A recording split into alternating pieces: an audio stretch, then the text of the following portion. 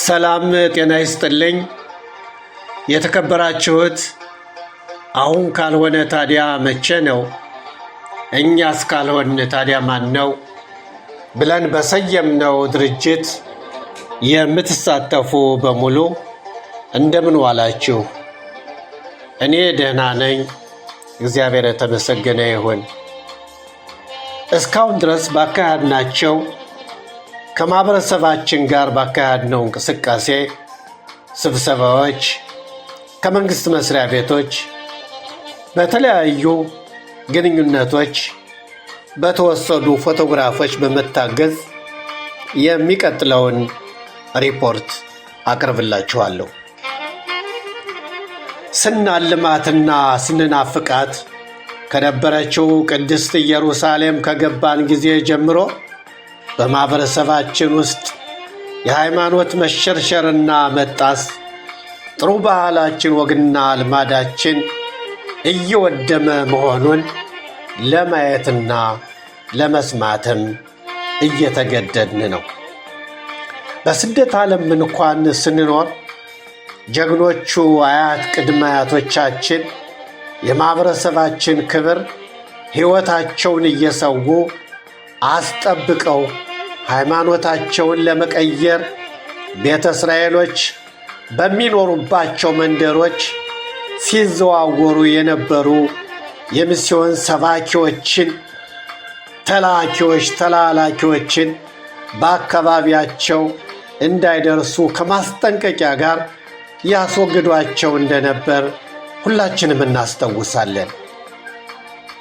እኛ ከዚች ቅድስት ሀገር ኢየሩሳሌም ለመግባት የበቃ ነው በአያት ቅድመ አያቶቻችን ትግልና ጸሎት መሆኑን ለአንድ አፍታ እንኳን መዘንጋት የለብንም። ይህን የምናካሄደው ማህበራዊ እንቅስቃሴ ከ2023 ዓመተ ምህረት የጀመርነው የአያት ቅድመ አያቶቻችን አደርነት ስላለብን መሆኑን ደጋግመን ተናግረናል።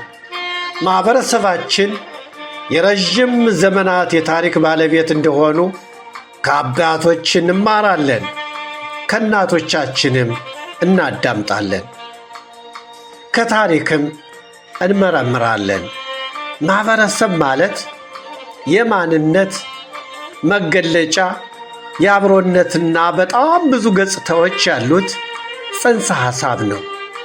የሰው ልጆች መግቢያና የሰው ልጆች መግባቢያና መስተጋብር፣ የጋራ ዓላማዎች፣ ፍላጎትና እንቅስቃሴ ብዙ አይነት በተለያዩ ቡድኖች መካከል መለያየትና መመሳሰልን አስተናግደው ተቻችለው በአንድ ላይ የሚኖሩበት የማህበራዊ ኖርሞችን፣ ሕግና ደንቦችን መስርተው የሚኖሩበት ስርዓተ ማህበር እንደነበር የሩቅና የቅርብ ትውስታችን ናቸው።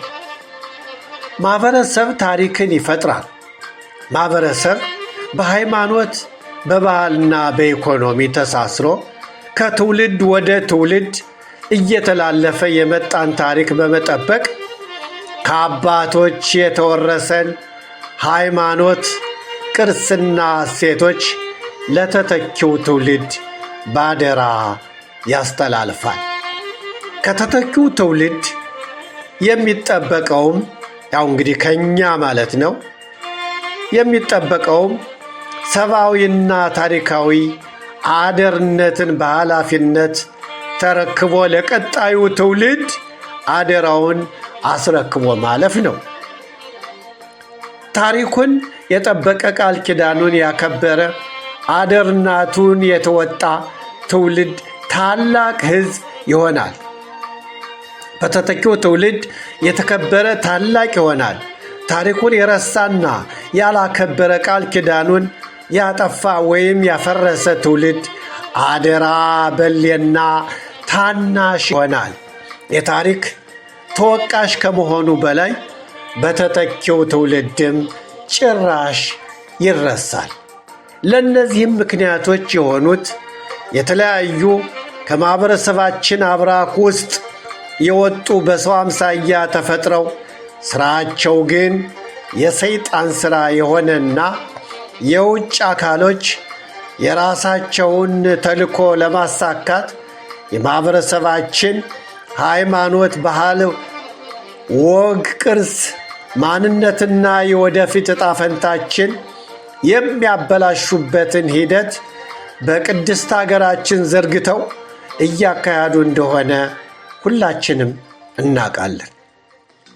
ይህም ከአያት ቅድመ አያቶቻችን የወረስነውንና ለዘመናት ጠብቀን ያኖርነውን ሃይማኖታችን፣ ጽኑ እምነታችን ለማዳከም በይበልጥ በስደት ዓለም ያሳለፍነውን ታሪካዊ ጊዜ የተሳሳቱ አመለካከቶችን፣ የከንቱ እምነቶችን በማስፋፋትና በማኅበረሰቡ ትክክለኛ ማንነት ላይ ጥልቅ ውዥንብር በመፍጠር ላይ እንደሆኑም እያየንና እያዳመጥን ነው። ከሁለት አስርት ዓመታት በላይ እኛ የቤተ እስራኤል ማኅበረሰብ ሃይማኖታችንና ማንነታችን ለመጠበቅና ቅርሶቻችን፣ ጥሩ ባህላችን፣ ወግና ልማዳችን ለማጠናከር ታላቅ ሕዝባዊ እንቅስቃሴ በክቡር አባታችን ሊቀ ካህናት ቄስ ብርቁ ተገኘ መሪነት ከሃይማኖት መሪዎች ጋር በመተባበር እያካሄድን መሆኑን ሁላችንም እናውቃለን፣ እንከታተላለን። ሁሉም ማኅበረሰባችን ተሳታፊ ነው። በየከተማው ማኅበረሰባችን የተፈጠረውን ክስተት ለማስወገድ በሰው አምሳያ ተፈጥረው የሰይጣን ሥራ የሚሰሩትን ከማኅበረሰባችን እንዲገለሉ ለማድረግ ጠንክረው እየሰሩ የተዛባ ነገሮችን በማረምና ትክክለኛ ሃይማኖታችን፣ ባህላችን፣ ወግና ልማዳችን የሚያኮራውን ማንነታችን፣ ቅርጾቻችን ባሉበትና በሚፈለገው መልኩ ለማስከበርና ለመጠበቅ በጋራ በመታገል ላይ እንገኛለን። በዚህ አጋጣሚ ማኅበረሰባችን እኮራባቸዋለሁ፣ እጅግ በጣምም አደንቃቸዋለሁ። ይህ እንቅስቃሴያችን በተለይ ውብ ባህላችን ለመጉዳት የመጀመሪያው የይሁዲ ማንነታችንን ለማጠልሸት በእስራኤል ማኅበረሰብ ውስጥ ያለንን ጥሩ ስም ለማጥፋት የተለያዩ አካላት የሚያደርጉትን ሙከራ ሥራ ከጀመርን ጊዜ ጀምሮ ለማክሸፍም እየቻልን ነው። እግዚአብሔር የተመሰገነ ይሁን። ማኅበረሰባችን እነዚህን ሙከራዎች በመጋፈጥ ባህላዊ መሠረቶቹን መልሶ ለመገንባትና ወጣቱ ትውልድ እውነተኛ ታሪኩንና ባህሉን እንዲያውቅ በኩራትና በጥንካሬ ማኅበረሰባዊ እንቅስቃሴ እየተካሄደ ነው። ማኅበረሰባችን አያት ቅድመ አያቶቻችን ኢትዮጵያ በስደት ዓለም በነበረበት ጊዜ የሰሩትን ታሪክ ከዚች ቅድስት ሀገር ኢየሩሳሌም ሃይማኖታችን ለመሸርሸር፣ ጥሩ ባህላችን፣ ማንነታችን፣ መልካም ገጽታችን ለማበላሸት የተነሳሱትን በጋራ ለማስወገድ በየከተማዎች የሚያኮራ ታላቅ ታሪክ እየሰሩ እንደሆነ ይታወቃል። እንኮራባችኋለን። በመጀመሪያ ደረጃ አሁን ላይ ያለው የማኅበረሰባችን ተጨባጭ ሁኔታ ከሁለት አስርት ዓመታት በፊት ከነበረው እጅግ በጣም የተሻለ እንደሆነ እያንዳንዳችን በያለንበት የምናየው ነገር ነው። በማኅበራዊ መስክም ሰፊና ጉልህ ለውጥ እየታየ ነው። ቀደም ሲል በማኅበረሰባችን ላይ ይደርስ የነበረው በሃይማኖት አመራሮች፣ መሪዎች ላይ፣ በሕዝብ ተወካዮች ላይ፣ በእናቶችና በሌሎችም ላይ በሐሰት ይደርስ የነበረው ስድብና ዘለፋዎች፣ ፎቶግራፎች እየተለፈጡ የሰው ስም ሲጠፋበት ከሰው ጋር እንዳይገናኙ ሲደረግ የነበረበት ክብረ ነክ የሆኑ ንግግሮች በከፍተኛ ደረጃ እየቀነሱ ነው። የማን እንደሆኑ የማንን ተልእኮ እያካሄዱ እንደሆነም ሰምተናል፣ አዳምጠናል። እናስወግዳቸዋለን።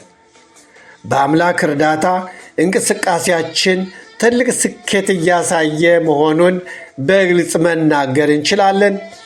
ከዚህ በመነሳት እነዚህን ስኬቶች ለማህበረሰቡ ማቅረቡ በጣም አስፈላጊ ነው። ምክንያቱም ይህ ስኬት የሁላችንም የሥራ ውጤት ነው። በእግዚአብሔር እርዳታ በቅርቡ አጠቃላይ ስብሰባ አድርገን ለማህበረሰባችን የሚገባቸውን ክብር እንሰጣለን። ሰላም ሁኑልኝ። ሽሙኤል ምህረት ነኝ።